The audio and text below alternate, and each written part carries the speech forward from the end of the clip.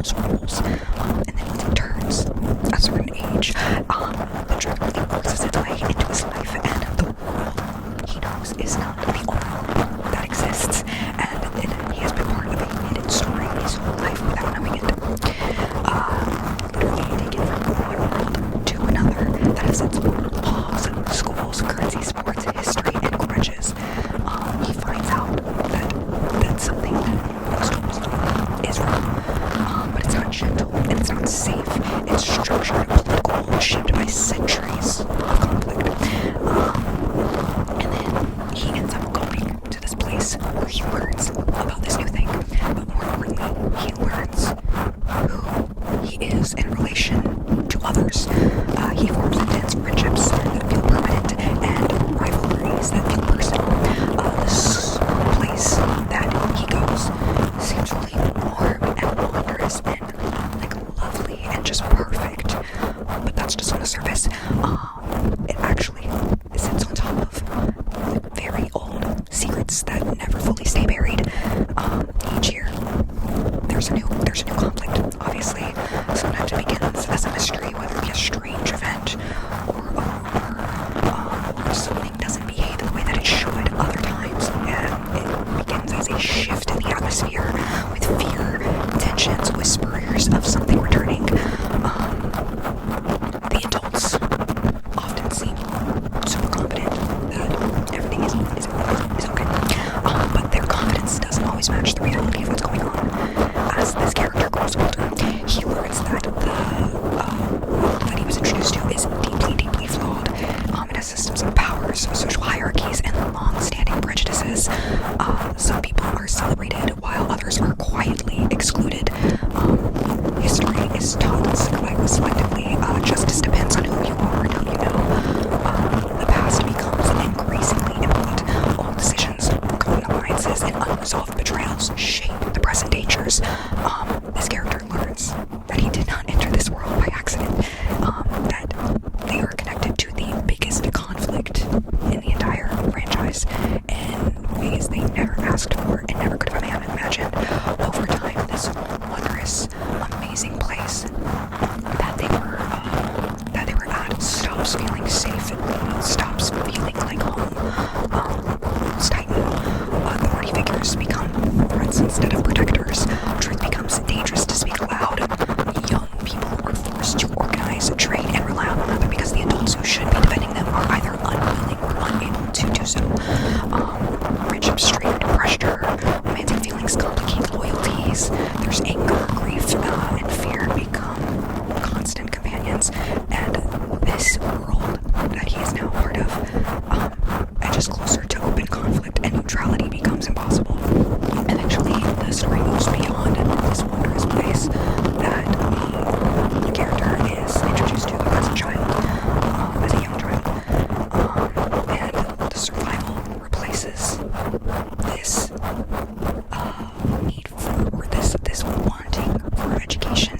It's more of a need for survival at this point. The characters must navigate a world where trust is rare, safety is temporary, and every choice has consequences. The line between good intentions and harmful outcomes become painfully thin. This franchise builds towards a final confrontation that is not just about power, but about meaning. Like, what matters more, rules or people? Is heritage, destiny? Can love be stronger than fear? And what does it really mean to win?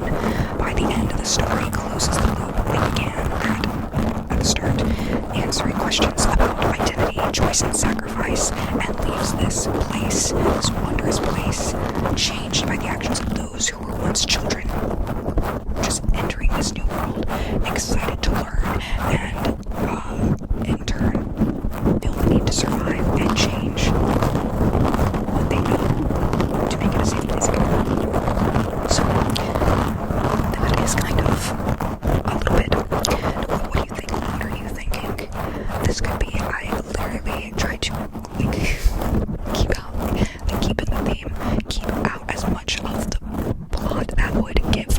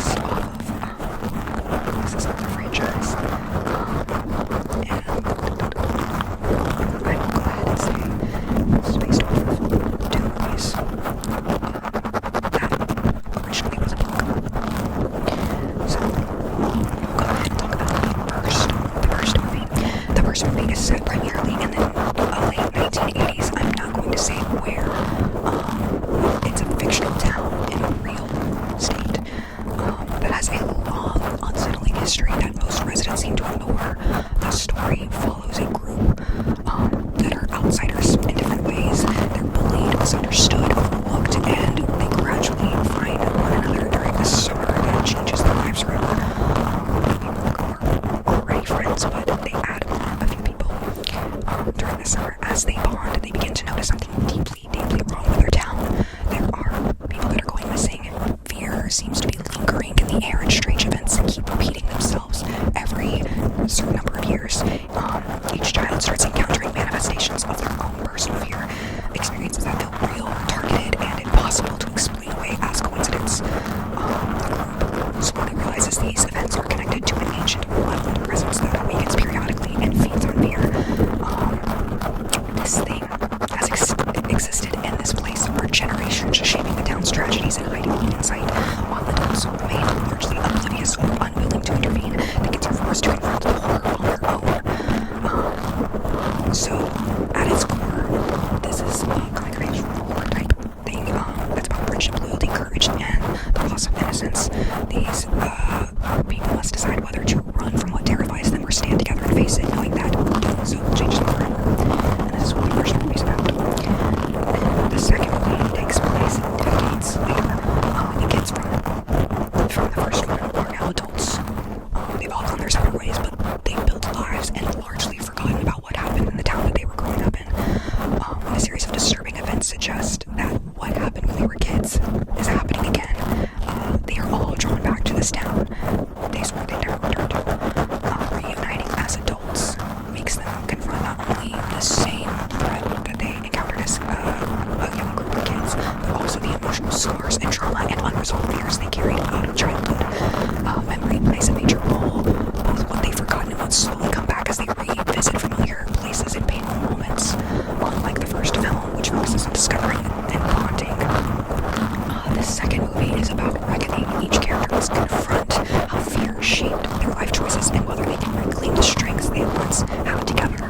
The story alternates between present-day events and reflections of their past, deepening the emotional stakes. As the group, adults now, prepare for the final confrontation, the film explores the themes of identity, trauma, grief, and the enduring power of friendship. The question isn't just whether evil can be stopped, but whether healing is possible after surviving something that defined your childhood. So, in the overall themes, it's like fear is both a weapon and a weakness, childhood trauma and its long-term effects, friendship as a form of survival, memory repression and healing, and the idea that some evil persists unless actively confronted. So what are you thinking?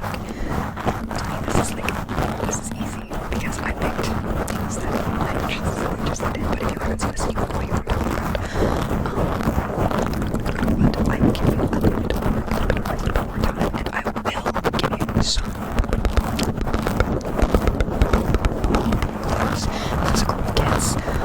There is 1, 2, 3, 4, 5, 6, 7 kids in the group. 1 girl, 6 boys. The state that this takes place in is Maine, and the bad guy, the bad thing, the bad entity. This is what's going to give away probably. Shows itself as a clown. Okay, so you have 10, 9, 8, 7, 6, 5, 4, 3, 2, 1. If you said it chapter 1 and chapter 2, you are correct.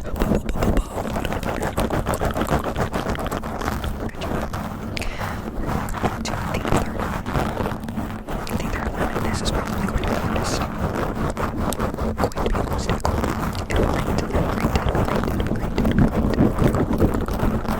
Okay.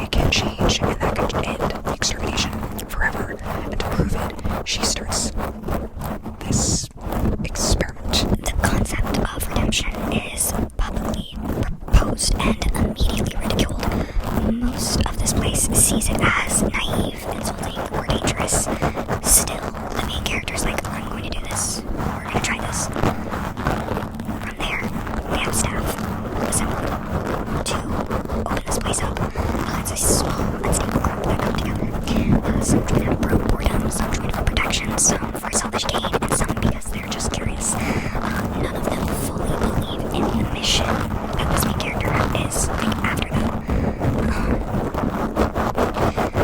This place tries structured like learning of self-improvement with like rules, therapy-like activities, behavioral experiences, and most of the time these attempts fail at first. And external pressures begin. Other powerful figures in this place take notice, and a lot of people start to see this experiment as a joke, a threat, and a tool for some. The people living in this place where the experiment clash, because they have conflicting values, they have power imbalances, they have personal demons that they need to deal with, and therefore are mistreating others because of it. Some characters resist change, others often begin questioning themselves. This experiment is forced to justify its existence. Skeptics demand evidence that redemption is possible, not words but results. And the first season builds toward a moment where this belief that redemption is possible is tested, and tensions collide with consequences, and the cost of hope becomes clear. And then season 1 ends with the experiment no longer being theoretical. It is proven that it's possible. And then we go into season 2, where the system kind of pushes back. Fallout, there's people being taken seriously. The place is no longer ignored. Its presence changes how everything operates around it. Every action now has wider consequences. There is a power alignment shift. People are choosing sides and manipulate events and apply pressure. And this place where the experiment is pulled into the political ecosystem. And it's widely used against the main character. Characters are forced to choose who they're loyal to, whether growth is worth the risk, and if survival matters more than change. Some regress, some evolve. Redemption, instead of becoming this thing that you are trying to work towards, it becomes dangerous. Trying to improve is no longer just difficult, it becomes actively risky. Mercy challenges authority, and alliances strain under pressure. Trust becomes fragile, emotional bonds deepen or fracture depending on the choices made, and the core question of the show changes. People start asking, is redemption possible? And they start asking, what happens when they can be redeemed? And the idea of redemption creates a ripple effect far beyond the place of this experiment, far beyond the ecosystem of this experiment, and the system responds not gently. Season 2 is about consequences of actions and not just hope alone.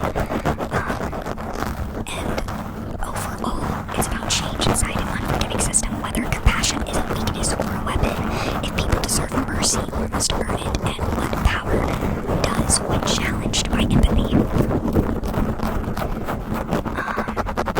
This is going to be the hardest one, but the people who know this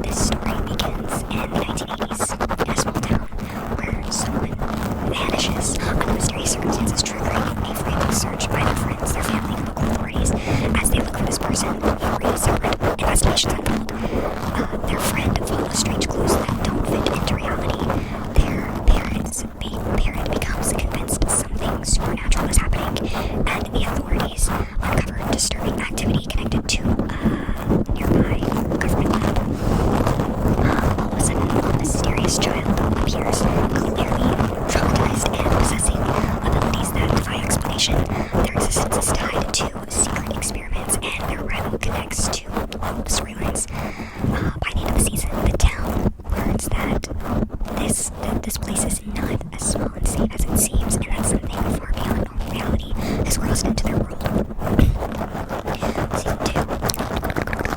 Season 2 kind of deals with the aftermath of Season 1. It focuses on the consequences of what happened in Season 1. Life in this town appears to return to normal, but the characters quickly realize that the events of Season 1 were not contained or resolved the way that they hoped. The supernatural presence is still influencing the town, and the damage left behind is spreading in subtle, dangerous ways. The government attempts to manage the situation, but secrecy and fear are making things worse.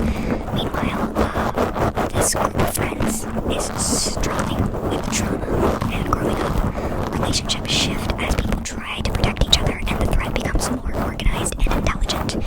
This season is about deepening the mythology and making it clear that the danger has intent. It's not just chaos. Season 3, which is the invasion. Season 3 takes place during the summer when the town gains a new place for hanging out. That kind of becomes the social center of the town. But there, beneath this facade of like this new place of hanging out in this town, something darker is going on. The threat is no longer hidden or distant. It's actively manipulating events in the real world. Different groups of the characters that we know and love, along with some new ones, uncover separate pieces of a much larger plan involving mind control, corruption, foreign interests tied to old war tensions, and the growing reach of supernatural force. The danger becomes louder, faster, and more violent, and the stakes extend beyond just the kids. This group of kids that we've been following, everyone in this town is at risk. Season 4. Season 4 is about the origin. It dramatically expands the scope of the story. At this point, the characters are scattered across different locations. They're separated physically and emotionally. The town becomes the epicenter of terrifying events that suggest that the supernatural threat has been evolving for years. This isn't just a coincidence. The season explores the origins of the danger, the history of the experiments that caused this, and how trauma, memory, and fear are connected to the supernatural. The horror becomes more psychological and intense, and the show begins answering long-standing questions about why this all started, while also making it clear that this situation is approaching a breaking point. And then we go into this last season. It's intended to be like the final chapter. The story is supposed to bring all the remaining threads together and focus on the full-scale consequences of everything that's happened, the fate of this town, the final confrontation between humanity and this supernatural force. This really returns to the core of what season 1 was about, which is about friendship, sacrifice, and growing up, but on the largest possible scale. What is consistent among all seasons of the show is that characters permanently change. Nothing resets. Love and loyalty are just as important as strength. The supernatural threat that is tied to human choices. It's not random, and childhood ends whether you're ready or not. So what are you thinking? This one has to be the easiest because it pertains to a franchise that is very popular right now because it's in the process of ending right now. I know you are 80s and you knew immediately. I need to know how quickly you got this. And if you're just like, oh, I don't know what this is, even if you haven't seen it, you have to know, right? Like, it's so popular. Like, you could have not seen it and still know. It takes place in the 80s, in a fictional town, in a real state. This group of friends, there's, at this point, the group is large at this point, but they're like in the main group. There's 4 boys and 2 girls. There's adults